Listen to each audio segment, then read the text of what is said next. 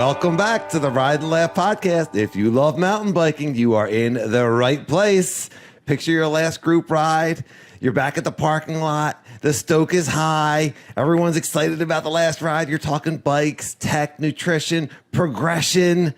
That's what we do here every week on the Ride and Laugh podcast. Welcome. Let's drop in. Sage, how are you?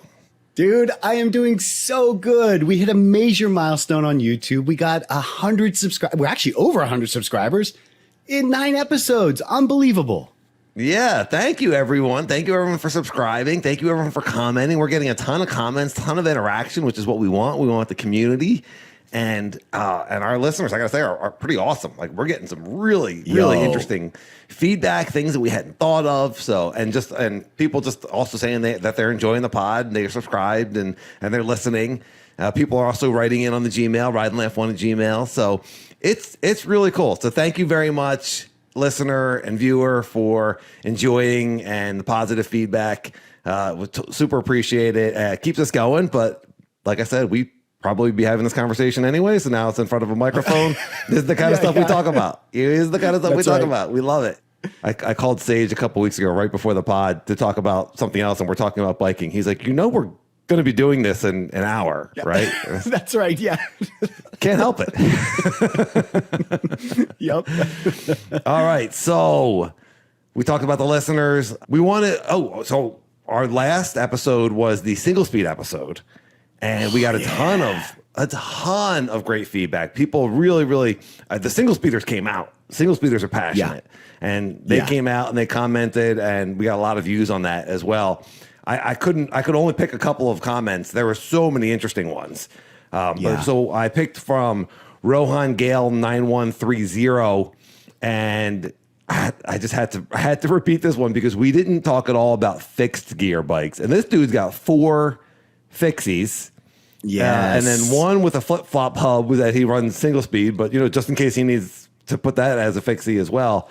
That's another level, right? So what does a fixed gear bike mean, right? Single speed, you can glide. What happens on a fixed gear bike?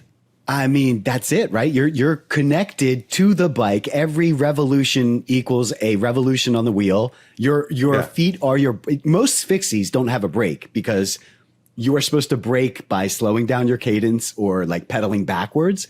It is, I've never done it, but it looks insane. It looks absolutely insane. You see a lot of like bike messengers and like city guys and gals like doing the fixie, man. That looks like crazy fun. I don't think I've ever ridden one. I was going to say like, the coaster brake, where you go backwards to slow down as a kid, but this is different. If the wheel's turning, your pedals are turning. And so if you're flying down a downhill, then the pedals are turning with you at that speed. I mean, it's crazy. Yeah. So kudos to that guy, but we didn't even touch on the fixie. That's another level of single speeding. And he's got other crazy bikes that he talks about also, which could probably be a whole episode. This guy's stable. And then also I pulled the comment from Matt Vanderwalt.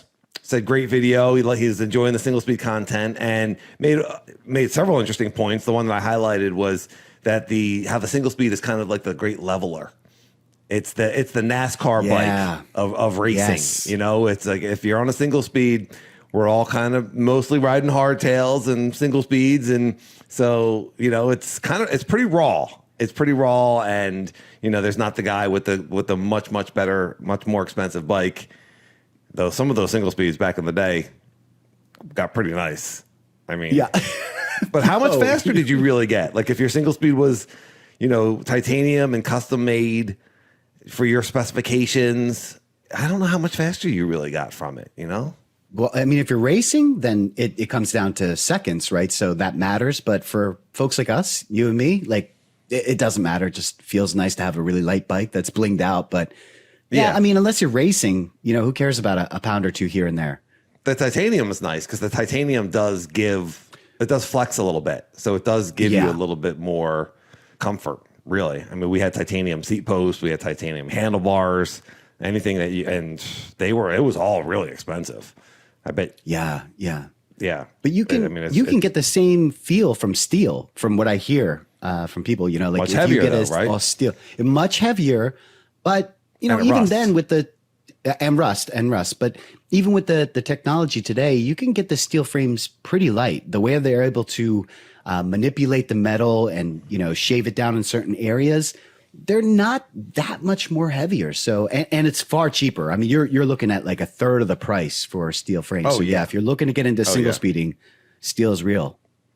I mean, there's certain brands that are doing alloy, that are doing aluminum, and claiming that it's just as light as carbon and has a nicer ride. I know Banshee only does aluminum. That's right. You know, so and some of that technology where they're able to cut out, make it lighter. They are able to do certain cutouts in the frame and make it flex a little bit. So I mean, I have a Banshee hardtail, but it's not like I have a carbon version to compare it with. It does ride really nice. Yeah.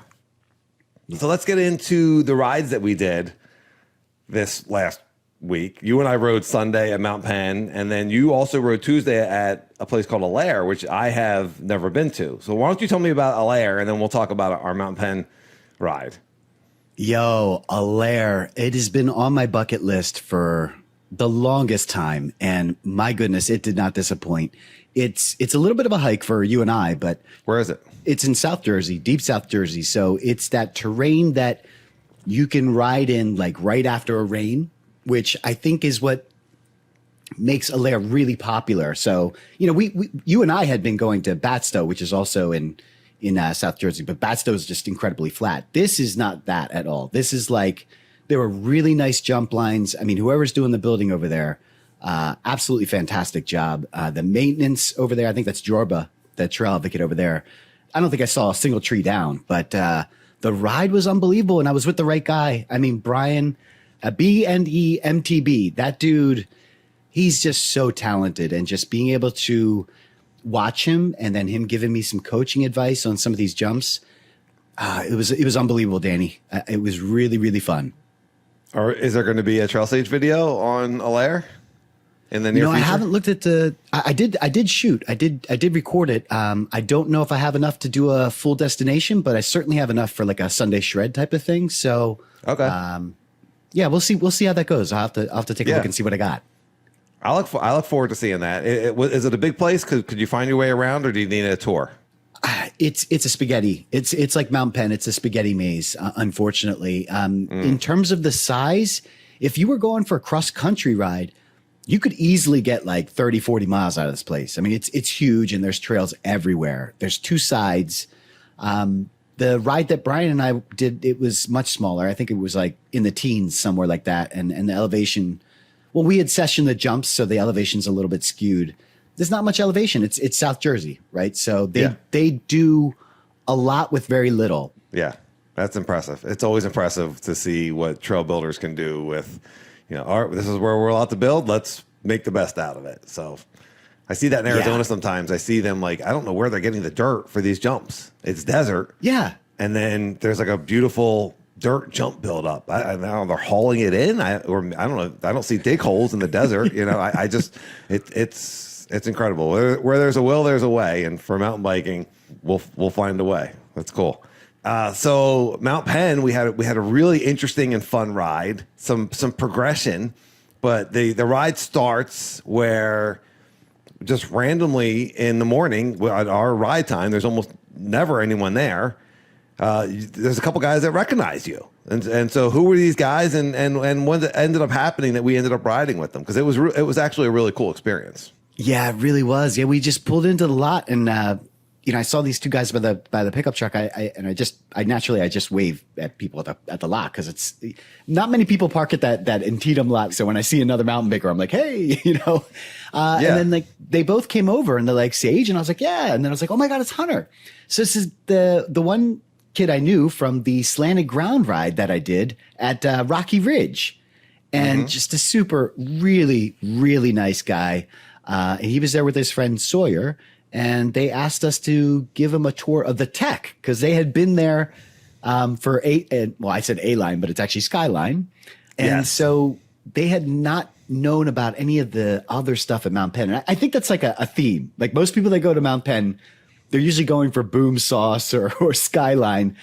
But man, that mountain is a special place. And you and I, We love that tech, yeah. man. Yeah, Oh, yeah. yeah. Yeah. They were saying that they pretty much only shuttle Skyline. Skyline was closed for maintenance. So that might have been one of the reasons they were like, well, we need to do something else. And so just serendipitously, they ran into us and they asked us to show them some skinnies and some tech. And we were more than willing, oh, yeah, sure. Yeah. And then we like started to do some warm up tech and they were just blown away. And we were like, this is the warm up. Yeah. Yeah.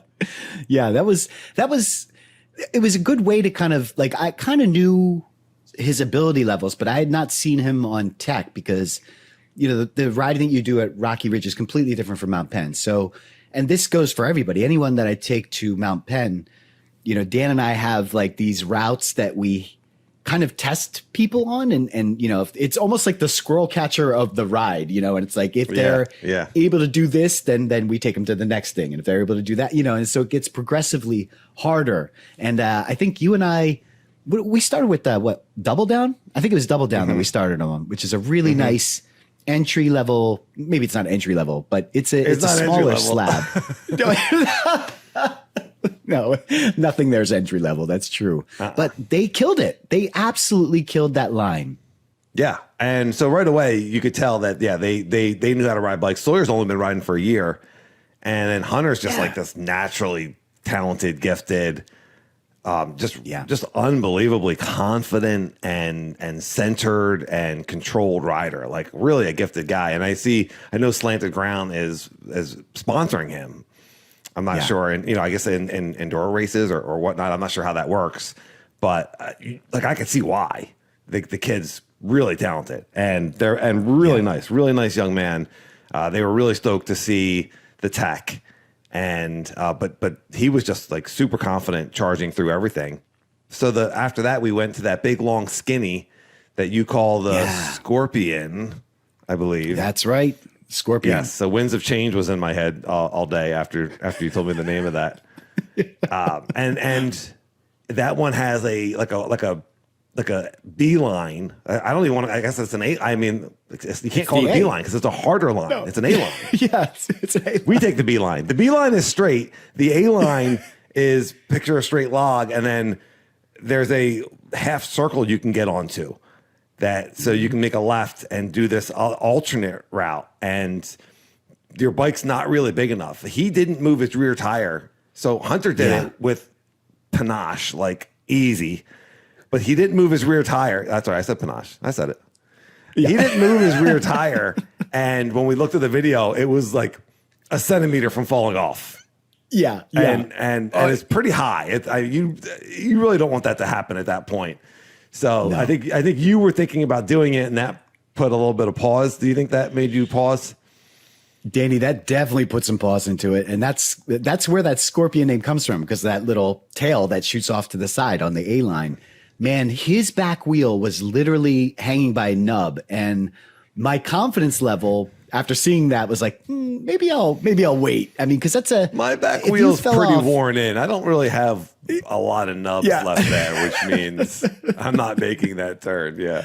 No nubs, and it's derailleur side. So if you had slipped off of that spot, I mean, forget about it. Damage. Like you would have. Yeah. So yep. Another day for sure. Maybe we'll go back with the single speeds. Well, that's true. You don't have to worry about the derailleur then. Yep. So after, I would say Sage did it first try. Hunter said he was going to, he did the whole thing, the straight one first try. And then the second time he was like, I'm just going to ride up to it and see how it feels. And then, put my foot down. And then he just did the second route right away, first try. And so then Sage is looking at me, I haven't done this one yet. And so Sage is looking at me, was like, dude, you got this. And, there was the guys were there watching, and, I don't know, Ride and Laugh 1 at Gmail. Like, what do you think? Like, when there's people watching, it doesn't really bother me. What bothers me if I feel like I'm holding up the ride, and that's just like an old school feeling of like, come on, let's go, let's ride. So I did 3 quick, I would say, run-ups, like where I got on. Every time I did it, the bike got on. I'm always worried about the rear tire not getting on. So like I'm thinking more about the rear tire than where I'm going. So finally I get up on the thing and I'm just locking my head. The bike is on. The bike is on. Get your eyes up and pedal. And I don't really like uphill skinnies. I don't really like pedaling on skinnies. This is all of those things, and just stayed focused and felt good and finished out the whole thing. And I was very stoked about that. So probably took me like 6 or 7 times. I'm not the protege. Yeah. I'm not the uber talented 16-year-old. You know, I got a lot of I got 48 years of hangups, you know, and fear build up into my brain. So, but I got through it, and so that was really cool. You know what was really interesting, Danny, is that I thought, I mean, you were struggling to get on, but there's that right where the entrance of where that scorpion tail starts, there's like a big transition joint. I thought you were going to stop there, but you like when you got past that opening gig, you just kind of like went for it. Like you were just like in the zone. And I have a video of Danny doing it. So if you're watching this on the YouTube, I'll put the video in here. But like I honestly thought you were going to stop, and then when you just kept going. And you looked just so smooth. Your eyes were up. You were like dialed in. I don't know where that came from. It was unbelievable. Well, you know, it's funny because when we did the skinny episode, and if you haven't listened to it, you can go back and watch the skinny episode or listen. And we just kind of like came up on all these new skinnies at Mount Penn. And one of the things I said was I hadn't been visualizing this. And so I've been visualizing doing skinnies. I've been visualizing getting my eyes up and keeping my speed and feeling confident. And actually, during that episode, you said something to me that really resonated with me. And when I was asking about your technique for riding skinnies, because you're so good at it, and you said, I don't look at what can go wrong. Yeah. And as soon as we pulled up to that skinny, I thought about that. And I was looking at the exit, and I was looking at how high it was. And I just thought to myself, I'm not thinking any of those negative thoughts. What's the best that could happen? And like I just let it go. I let those thoughts, they were there, but I just kind of let them go. I didn't give them any attention. And I was like, yeah, I think I can do this. I felt good about it. And then once I got that momentum going, I wasn't going to stop.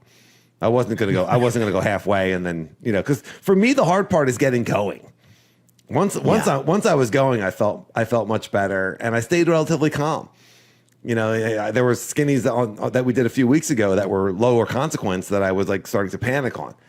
So, but I've been kind of like visualizing and seeing myself doing it. How do I feel when I'm doing it? How do I feel after I'm doing it? And saying out loud, I'm good at riding skinnies, and you know, just getting that like program running. You know what, Danny? I know we're talking about the Mount Penn, but I have to. You just reminded me of something. We're at the jump line at Allaire. And, you know, for people that are really good at jumping, I'm sure it's nothing. But for me, those jumps are significant. And, you know, the first run through, I'm casing everything, you know, it's just, it feels terrible, you know, and I got done that first run. And I said, no, you are a good mountain biker. You can jump, and you earn this. And I was careful to say earn. I didn't say deserve. I said earned, because I often feel like the word deserve is a dangerous thing. Like we don't deserve things, but I've earned that. I've put so much time in at Smedley and, you know, all these different places, you know, Skyline, and this moment, I earned that moment, you know, and I was like, I can jump. I am a good mountain biker. And probably about 14 times later, I said it once I believed it. I started clearing it, man. It was such an amazing feeling. And I got to credit that to you, because you're always saying that, you know, you're like, Sage, you gotta believe that, you gotta say it. And I did it, and it worked. I cleared all the jumps, and I was super amped for that.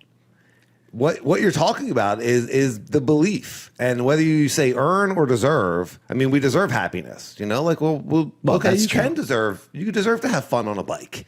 Why not? We're human beings. I mean, but earn is more into your alignment, because you're a hard worker. So for you, your belief is that you need to earn things in order to be happy. That's your belief. And so this is now, and you could change that belief, but this is now falling into that belief system. So now it's locking into your belief system that I put the hard work in, and hard work means success.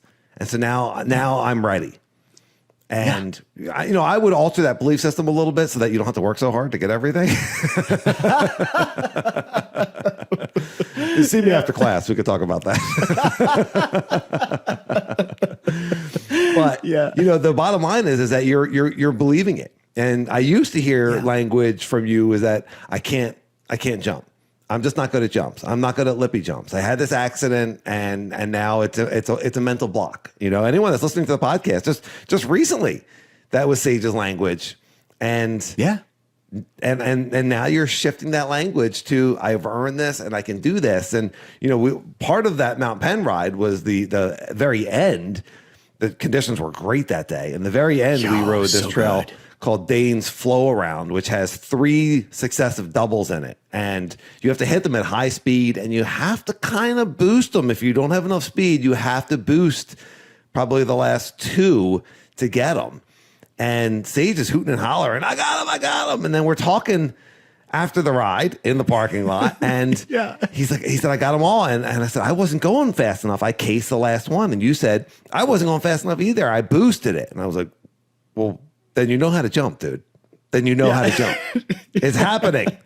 It's happening. So and then you go to a layer and you know how to jump. So this is unlocking. This is happening for you. This is unlocking, and and it's going to be awesome. Jumping is so much fun. But you've been shredding, and you absolutely shredded that trail. That was a really good time. So I love to hear that. The next thing we did was we took them to we were going to take them to like one of the easier slabs on Mount Penn. That's right. Right? Is that what we did next? We took them to the slab that we call Sam Malone. There's 2 different lines on Sam Malone. We kind of showed them both. I demonstrated. That's something that we've done many times. And then Hunter did it. Absolutely no problem. Sawyer did it a little fast, and I was giving him some tips on his speed and on getting low. And but he did it. I mean, we know a lot of guys that take a look at that and are like, no. So he did it great. Yeah, he looked really good. Yeah, I mean, it was a little fast, but that's one of those things where it's hard to gauge the speed on that particular slab because it's not steep till it's steep. If that makes any sense, because it starts out kind of mellow, and you're like, oh, I have plenty of traction, but then it starts to dip, and then there's nothing you can do to negate that speed because the slab ends and it turns into chunder. So you really had to monitor your speed at the top. And so having said that, you need a little speed getting into it, right? Because the line he used, it's janky. The old school line is janky coming in.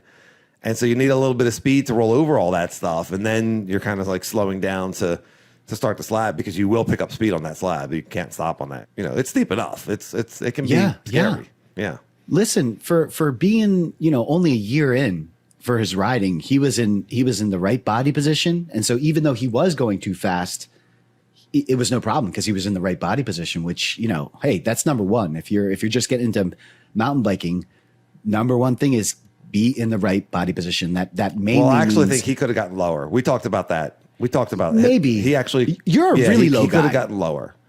Yeah, I mean, I think that works for most people. You're such an instinctive rider, but I think most people going through tech, if you get low and you keep your weight centered, and a good cue for that is keeping your chin over the handlebar, but you're hinged. You don't want all your weight forward, of course. So if you stay centered but you want your arms to be able to have a lot of movement. So that you have a lot of bailout. We talked about that on the Drunk on Confidence episode when I fell off of a slab and I kind of got in a situation where my arms were fully extended, and then I had an crap moment, and there was no recourse.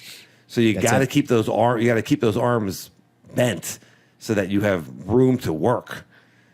Yeah, and But he was going for it. I mean, he was super interested in learning the tech. Really nice guy. I mean, we weren't even riding at 18. I mean, I'm so envious. We'll talk about that more because so envious that these guys are into mountain biking already. And it's really cool. So we're over there, and we're pointing out other lines, and Hunter's just drinking it in. He just wants to do all the hardest lines on the mountain. And so you start telling them about No Joke, right? So why don't you explain that part of the ride? Yeah, so we're in the area of Penn. I think it's called Rotary Park, but this whole area is, I don't think there's anything less than a black. Everything there is double black to pro level. It's legit. And so Danny and I, very old school. Yeah, old school free ride stuff. And Danny and I kind of named this one line, which is a succession of features. We called it no joke. And so I was telling Hunter about it, and he's like, I'd love to check that. I don't know if I'm going to do it today, but I'd love to check it out. And I was like, well, we're right here. Let's go take a look at it. I show, and I just want to note that this line, no joke, took Danny and I probably about 2 months? 2 months to like take apart each section and accomplish each section before we could even do the whole line. We rode by it for 14 years before we even like considered it, and then we started doing tech. And I mean, the day that we did that line, the day that we did that whole line, I remember, and the stoke was off the charts. Like I remember finishing it and like getting off my bike and like laying on my back, just like so excited and so adrenally exhausted, so scared. And then we started doing it. We started doing it somewhat regular, like kind of just like in the flow of a ride. And in one of those rides, I think you took me through it without saying anything. You were just like, you were feeling good and you were like, oh, well, let's do this line. And I just followed you.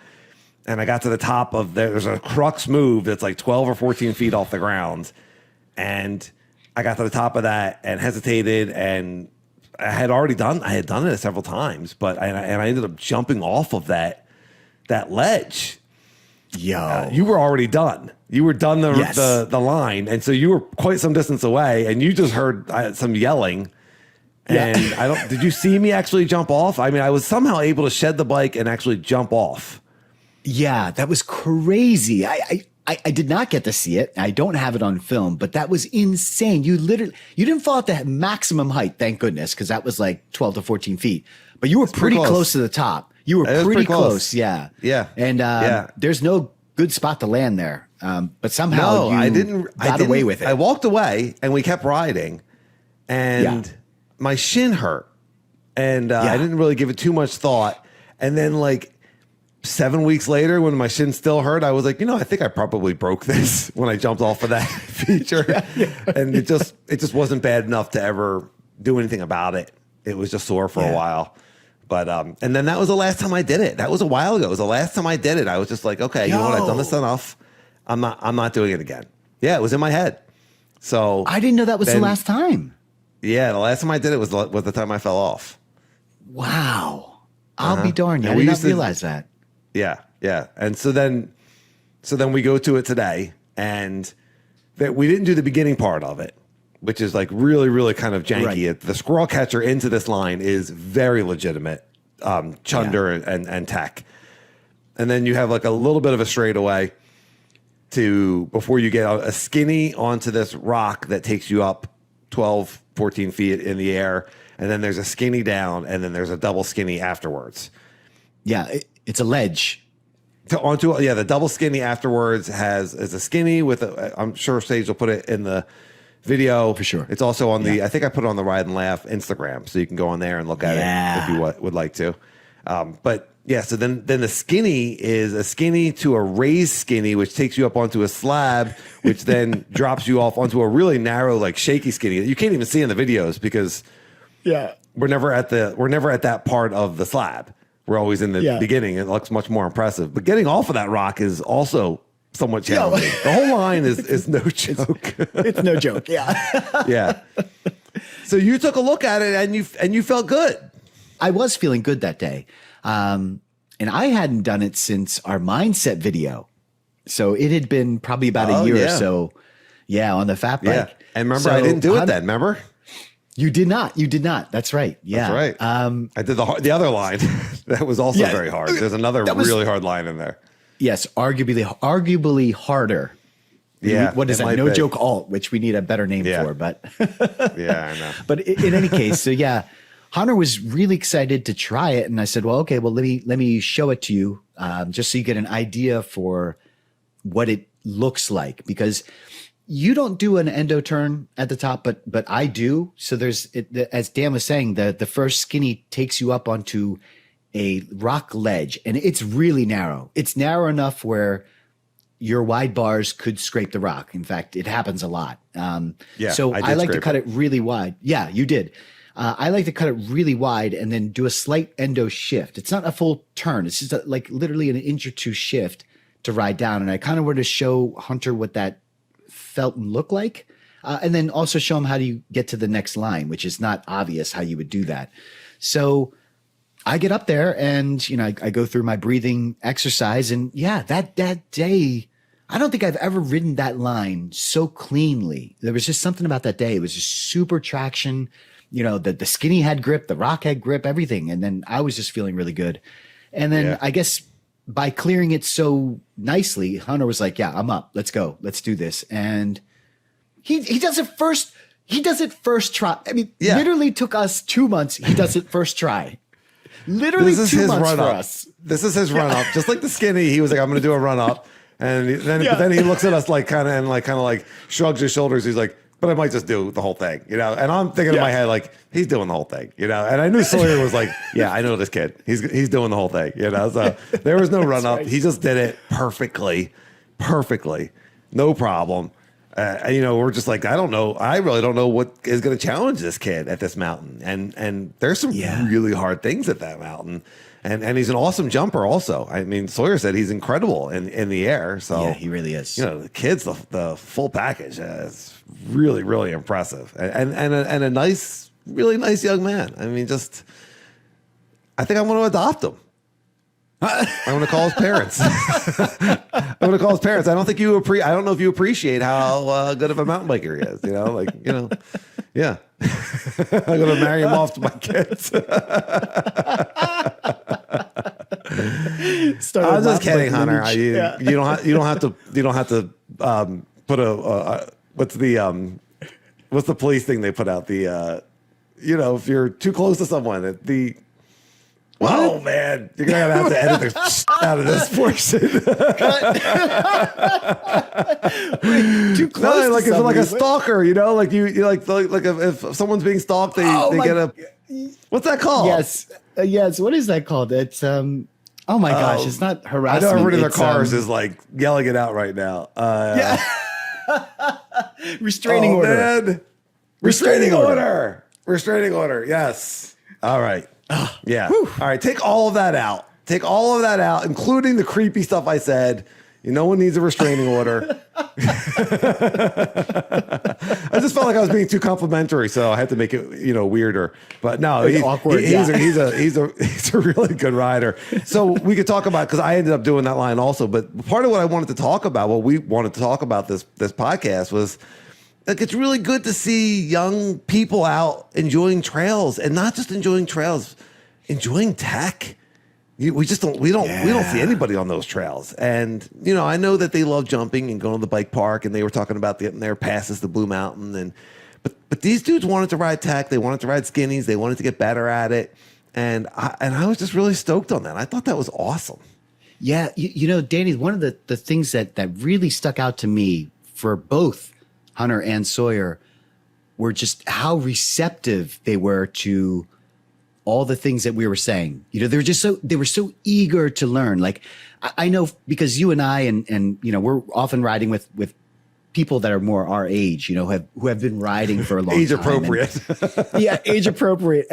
And when you get to a feature, oftentimes you can't get out of your own way. We talk about that all the time. Like you have like, this is how I do it, and blah, blah, blah, blah, blah. And it's like, we're trying to give them advice about how to approach this or what the technique is. And it's like, no.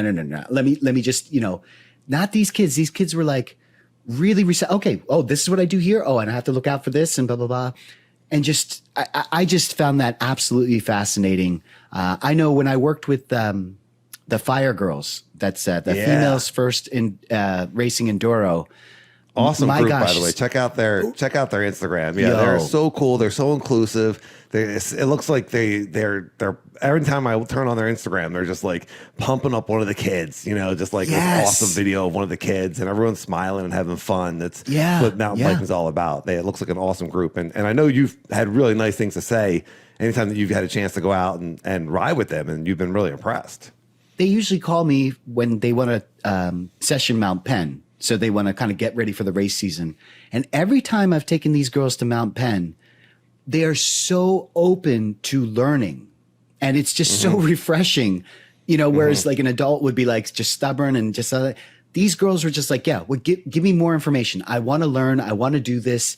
And I felt that same thing with Hunter. And then the other thing that I noticed with Hunter is his confidence. And I don't know if that comes from like, you know, just having that fearless, like when you're young, you don't have as many responsibilities, as grown men, we have kids. Yeah, no, it's the job, time. Absolutely. It's the time to be throwing your body all over the place. And if you break an arm for a summer, it's like not the end of the world. Absolutely. Yeah. Right. Yeah. And I loved watching that kid work, man. He was just like, let's do it. And like you said, that the confidence was just oozing off of him. Now, what's interesting too is starting mountain biking now, and so they were on really nice bikes, modern geometry, big travel. Sawyer was on the Canyon. I forget which one it was, but it had like the Strive where the suspension can change with a button, which I was looking at that. I ended up getting the Evo, which the suspension can change with like 20 minutes in the garage. This thing changes on the fly. It looks so cool. Yeah. So they're on these new bikes and they're learning on these awesome bikes. And when you look at like what we learned on, and I think a lot of our listeners from the single speed comment, I think a lot of our listeners have been riding bikes for a long time, at least the guys single speeding. But regardless of when you started, the mountain bike tech just gets better and better and better and better, and bikes get better and better and better. And these newer bikes inspire confidence, 100%. It would be so cool to learn on those bikes. So, I mean, should we get into which of the mountain bike tech has been the most impactful from when we started to riding bikes to what these kids are now starting on? I know what my answer is. I have a feeling that we'll probably have the same. It'll be like the Gratitudes. We'll have like the same one. So it's going to be hard to pick. It's going to be hard to pick one. Like I was driving home thinking about this, and I just kept thinking of more things to write down. I would say geometry is the main one. The fact that you can sit in these bikes now instead of on top of the bikes. Like when you sit in a modern geometry bike, it gives you so much more confidence and it's slacker. So if you're doing tech, it's especially the steep stuff. What was really interesting, actually, we haven't talked about it, is that I ended up doing that no joke line also for the first time on that bike. And one of the concerns that you had, we're all over the place on this podcast, but one of the concerns that you had about a new bike was that it would be too long to do this old school tech. And your bike is not, any bike you get it's going to be anywhere near as long as the bike that I have, because I'm riding an extra large, it's an S5 in the Specialized world, but I have this thing slacked out as much as possible. It's a super long wheelbase. And I got up on that thing and I made the turn. So I don't know what else is going to be there. I mean, maybe we'll try no joke alt, but there's not much else in there that's like tighter. You know what I mean? Yeah. So I thought that was really telling, and I was just like, all right, well, say like any modern trail bike you get is not going to be anywhere near as long as this bike, and this bike just that's true. Yeah. Without an endo turn, Yeah. So you looked so smooth, and again, if you're watching this on the YouTube, I will put the video in there. But Danny looked really smooth. But I got a piece of tech, and I know you're gonna agree with me. And as soon as I say it, you're gonna be like, "Oh yeah, this piece geometry, dropper, dropper, yep, yeah, jinx, yeah." That changed my life, and I use my dropper. That I wear out that thumb shifter. I used to drop her so much. I drop it for everything. I drop it for climbs. I drop it for jump. You name it, I drop it. Like it's unbelievable. That thing changed the whole perspective of how you mountain bike, and to me, it was because of the dropper that a lot of these other changes happened, and then there are so many like smaller changes, but your Geo's huge, but I would argue that dropper kind of inspired that, because once you dropped your seat, you kind of got into your bike. You were no longer sitting on top of it. You got into it. And once people realized, hey, this is kind of a nice position, they started changing that Geo. Yeah. We get a frame builder on that, was building bikes in 2015, 2016. That would be cool to be. I mean, I don't know any frame builders, but that would be cool to just be like, when did it start to click? that if you change this angle on the head tube and this angle on the seat tube, that you could kind of like offset those things and it just get this everybody inside of these bikes. It's such a crazy feeling when you sit on an old geometry bike. When we sit on our single speeds and you're like on top of that bike, or if you just get on a beach cruiser, you know, if you get on like you know, a hybrid bike or something like that, and in the bike shop, you know, you're like, wow, I feel like so tall on this thing.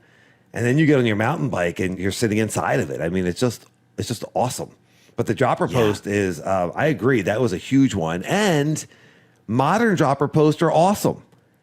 But they didn't start that way. No, they and didn't. We had the old ones, man. We had the old ones. I had one called the gravity dropper that had like an accordion rubber piece on the outside of it. And it was all mechanical. So it would only go up. It would go up or down based on holes in it. So like the pins would catch, you know, and you'd have to like kind of line up the hole that you wanted it, or the whole thing. And it was just really kind of a piece of garbage, but it was the best at the time. Yeah. And that rubber sleeve, the condom on the that's what Rich used to call it. My bike had a condom. Kept the dirt out, because if any dirt got in it, it stopped working. And I had two of those things. I think I had one on the fat bike. I think I had one on my then geared hardtail. And so I was the first one to get the dropper, and then I convinced you. And then we got the X Fusion. Is that what it was? On our I had the hardtails. I don't think I had the What was X that Fusion. brand? I got the it was X Fusion. I think my first one was a specialized, I forgot the name of it, but that thing, holy moly, it was like spring Command loaded, post. and it would, thank you. That thing would just impale you. It would come up so fast. You'd hit the button. And I mean, if you, as a dude, you know, if that thing hit you in the wrong spot, you were out for a while. I mean, it was, they've come a long way. It's an ejector seat. They've come a long way. Yeah, it's an ejector seat. Go gadget ejector seat. Oh no. Yeah. I like a post that comes up fast. I like my post to come up fast, but not that fast, not scary fast. But I like it to come up fast. I like to hear the thunk. I like it to know that it's up. But you know, I've been running the one up V2 forever, and now I got a one up V3, and it's such an awesome post. It's so reliable. But I remember just going through these different iterations of dropper post. And do you remember? I was like famous for my dropper post issues. There was always a dropper post in the shop. I think I had 2 Fox transfers that were under warranty at one point. And they would take forever with them. And then you wouldn't have your dropper post. You'd have to put a regular seat post on. And it completely changed your riding. So they were really unreliable for a long time. And now it's just like, and these guys are riding these bikes where everything's reliable. The suspension's reliable. The dropper post is reliable. The wheels don't get knocked out of true. You know, if you're riding carbon wheels, even probably the high quality aluminum wheels, our wheels used to get knocked out of true all the time. And what about how wide the wheels are? Yeah, Danny, that was another one that you pushed me toward. You were the first to adopt the wider wheels and I coach pioneered me that into one that one. Yeah, man, that was a game changer, man. To be able to guess who did ride wider wheels? This guy. What sold me was actually your company. I believe it was Ibis started doing the wide wheels first. And they had all this. People didn't believe it. You know, the company that doesn't sponsor you, Ibis. Yeah. even though he loves you so much. I do. But yeah, I remember reading their literature, convincing people that a wide wheel made sense and why it made sense. And I came across it. I've always been absorbing mountain bike information. So I probably read about it in Mountain Bike Action or something like that. And I just started reading it and studying it. And I was like, this makes sense. And we were riding hardtails, geared and single speed hardtails. And boy, they made a huge difference. This is before the 27.5 plus craze that ended up kind of like taking over, which is kind of a result of the fat bike craze, where people realized that wide tires were like kind of absorbing the trail, and And then that all kind of went away when people were like, there's too wide. There actually is too wide. The tire gets too heavy. So, and I had a 27.5 plus also. Oh my gosh. That behemoth. Yeah. There's just been so much. Oh my God, that thing was so heavy. There's been so much evolution in mountain biking. We talked about road biking a little bit. I think I forget which podcast it was, but we talked about how slow they are to change and how fast mountain bikers are to adapt to new things, or how much faster. So wider wheels, better suspension, lighter bikes, geometry, dropper posts. What else? Wider handlebars, right? We used to run these really skinny handlebars. Now you get there's math to get a wider handlebar so that you're in a more comfortable attack position. Yeah, I still run not that wide of a bar, believe it or not. They're wider than when I started, of course, but I don't go crazy with the wide bar. You know what I've always, and I think I was the first to adopt this one, and I kind of coaxed you into it, short stem. I always ran a short stem. I just loved being connected to that front tire. And you've always loved that. Yeah. So even though I don't run a really wide bar, I think I do like 760 or 780, which is not that wide. For me, it's about my shoulder width. And, if I start getting too wide, then my hands are too far out. I need that ability to kind of bend my elbows, especially because I don't get low, as you pointed out. I need that shorter bar to give me a little bit of extra play in there. I don't have a problem controlling the bike at high speed or anything like that. So I never felt the need to go super wide. No, that's the kind of rider you are. You're a snappy, quick kind of rider. I've often compared Sage to like Waterbug. Just Waterbug quick in turns. I mean, if it's a straightaway, I can keep up or maybe even get in front of you. But if there's a lot of turns, recently I'm doing better. But I mean, bike fit and getting it, that's a whole other subject. We got so many pods coming up, people. But there's, bike fit and getting the right fit in the cockpit and everything, and dialing that in, and you don't want to have to buy 12 different stems and 14 different handlebars to figure it out. You would like to figure it out in one shot. But I feel like the stock bikes now come with pretty generic good fit. Like you can get on that thing and shred, and it wasn't always that way. And now there's all these videos out on how to set sag, and the shock companies know that people are struggling with that. So some come with tools to help you set sag, and certainly the guys in your local bike shop can help you do that really quickly. Yeah. That's something that we never were any good at before, was setting up suspension. Now I got the Shock Whiz. That's an awesome little tool to set up your suspension. Changer. Yep. Yeah. What about 1x drivetrains? And when we started, we were running 3x. Yeah, 3x and then 2x, and then I guess if you're going to go 1x, you have to talk about the narrow wide tooth. That was a huge innovation. To be able to keep that chain on that 1x, because if you're new to riding, maybe you don't even know what a 2x or 3x is, but you had a front derailleur. Basically, it was like a chain guide that would move and change your front chain ring. And so because that was there, that often helped to keep your chain on that front chain ring. So once you didn't have those other gears, you only had that 1x. Well, now you needed a way to keep that chain on the thing. And you didn't need, you weren't going to shift it into the front. You weren't using the front gears to shift anymore. So then they realized that they could design the teeth on the front chain ring to not lose the chain. Before, in the past, they would have to, because there was a derailleur up there, it would have the chain would have to be able to move. But chains were constantly falling off. I mean, chains were always falling off. Yeah. Yes. Yeah. And then I guess you can add the clutch to that too. The narrow wide tooth and the clutch to the derailleur. Awesome that was innovation. Yeah. Unbelievable. Yeah. Game changer. So, but yeah, I mean, and then I guess if you're going to go off of that, it's 1x12s, 1x11. When we first started out, it was like it was like 8 or 9 speed. Of course, you had, three rings to choose from in the front. So, an 8 speed or a 7 speed wasn't that bad.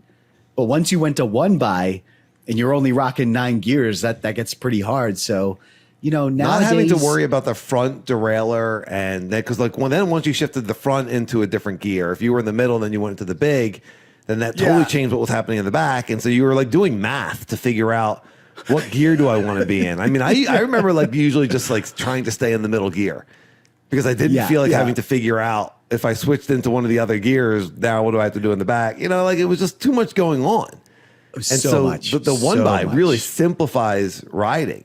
And I think this is a good, in a way, like talking about all these innovations and how awesome they are and how we're in a great place we are in mountain biking right now. Gratitude mountain bike industry. I mean, people complain, but we have awesome bikes right now, and I'm very grateful for that. But when you look at why we were single speeding, it was because of this, because the bikes were complicated and janky and didn't work that well. And the single speed was just simple and easy. And hey, let's just ride this bike with one gear and not much going on it.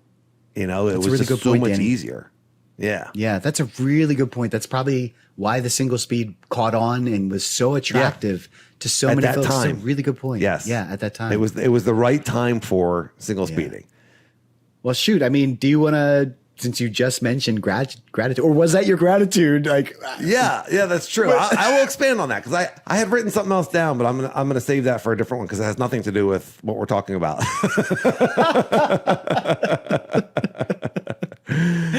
Yeah, I'm. You know what? My mountain bike gratitude of the week is gonna be the evolution of bikes and the bike industry and where we are with these bikes and just kind of looking back where we came from. And, you know, Sage and I are just talking about from when we started, from our memories. So, you know, there's guys older than us that are going to say, well, hold my beer, you know, like you guys should have seen these bikes that we were riding in, you know, in the late 90s. And I actually had a bike from the 90s. It had caliper brakes on it. That was my first mountain bike that I got in the late 90s. And I mean, this thing, you know, barely had suspension and I loved it. You know, it was what we knew.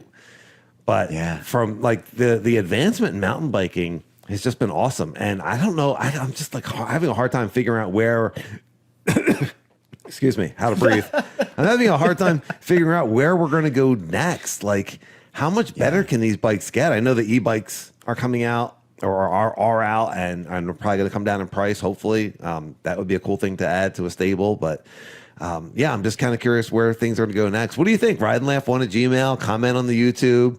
You know, what was your favorite mountain bike innovation of all the things that we talked about or something that we missed? Absolutely. I'm sure we missed some. So throw that into the comments, your favorite mountain bike innovation, or Ride and Laugh 1 at Gmail if you prefer to email it. And yeah, I would say that just the evolution of mountain bikes and where we are and mountain bikes is super cool. So gratitude. Thank you, bike industry. Yeah, what about you, Sadie? You know what? I had a different gratitude, but I am going to switch gears too. I had written down a different gratitude, but I am going to go with the dropper. So the more I thought about it, like how much that has affected what kind of a rider I became. I mean, I was never one of, I don't know if you ever did this, but there were guys and gals that would release the seat post clamp and drop their saddles. And I never did that. I was just like, I'll just kind of work around the saddle, which led to a lot of like mishaps with the crotch area, you know, because you're trying to like ride behind the seat, you know, and do all these things. And there's a whole technique of how to ride with that seat post up all the way. Yes. And then there was, do you remember the dropper that was a seat with a handle in it? And so you would squeeze the handle underneath the seat and that would drop it? Yeah. I never had it. I always thought, I was like, that looks like too much work. They still make that. Yeah, they still make that. Do they really? Yeah, it's a manual. Yeah, I've thought about it too. It's not a bad idea. I mean, you do have to take your hand off the handlebar, which is a bad idea, but it's less parts. It's less parts. So if you're just like, I'm going to stop, you know, drop the saddle and then ride again. But yes. Anyway, droppers is my gratitude. So thankful for the evolution of droppers. My mountain bike tip is actually going back to my ride with Brian at Allaire. And this is going to surprise you, Danny, because you know I am not a follow guy. In fact, I am anti-follow for myself. I followed Brian and it got me over the jumps. I'm not saying that I'm a follow guy now, but my goodness, to know the speed and then just say, okay, whatever the speed is that he's going, do not touch your brakes. That is the appropriate speed. It got me over the hump. So like the line is called the Parkway jumps, I think. It's a succession of like six or seven jumps, and they get progressively bigger. And I was casing the last two. Like I was just casing. I couldn't like stop myself from feathering the brake. As you know, that's one of my big problems. So I said, I was feeling really comfortable on the jump. So I said, well, you know what? Let me get a follow cam of you, Brian. That way, you know, I'll have some POV. Even though I won't clear it, I'll get some POV of you. Lo and behold, I'm following him, and I don't touch the brakes, and I cleared them all. I couldn't believe it. Yes. So mountain bike tip, even though I was anti-follow, if you are just getting into mountain biking and you have the ability to follow someone that's better than you at a certain thing, definitely follow. It is tremendously helpful. Not only will it show you the right line, but it'll show you the right speed. And if you are confident in the person in front of you, in other words, like you're confident in their abilities, it's going to give you confidence too. And I benefited from all three of those things following Brian. So Brian, if you're listening, thank you very much. And you weren't concerned about him boosting, because you said at Sears he's an accomplished jumper who naturally boosts. Yes, I remember. And I so said you were that. like, well, I don't boost, so I need to go faster. And so yeah, did you guys talk about this? Yes. Did you say don't boost? Yes, I specifically said that. I said, listen, I need to get the follow cam for the channel. I say, you got to go fast. You can't boost. You got to go. If I'm going to follow you, you got to go. And he could do that. That's impressive. That's impressive. The guy can do anything. You know, he's like, yeah, no problem. He's like the Hunter of New Jersey. Except he's not 16. He's a grown man. Yeah, that's right. Yeah. But yeah, so it was just a really good day, Danny. It was a really good day. And I owe a lot of that to Brian, man. Just such a good dude. Well, that's awesome. All right. So there you go. If you follow the right person at the right speed, that can give a lot of confidence. It can make you feel pretty good. So that is excellent advice. All right. Well, if you're still listening, you're absolutely one of us. You're a mountain biker. We love you. We appreciate you. Thank you. Go ahead and rate and subscribe on YouTube. Go ahead and download and rate and subscribe on your podcast player. Comment on rideandlaugh1@gmail or in the YouTube comments, anything that you want to hear us talking about in the future. We appreciate you listening so much. Thank you. Ride and laugh. Have a great week, everybody. I'll see you, everyone.